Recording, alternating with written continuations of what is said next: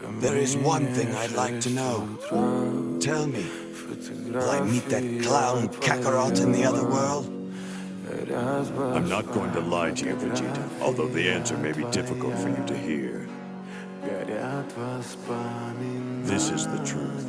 Goku devoted his life to protecting the lives of others. Because of his selflessness, when he died, he was allowed to keep his body and travel to King Kai's planet.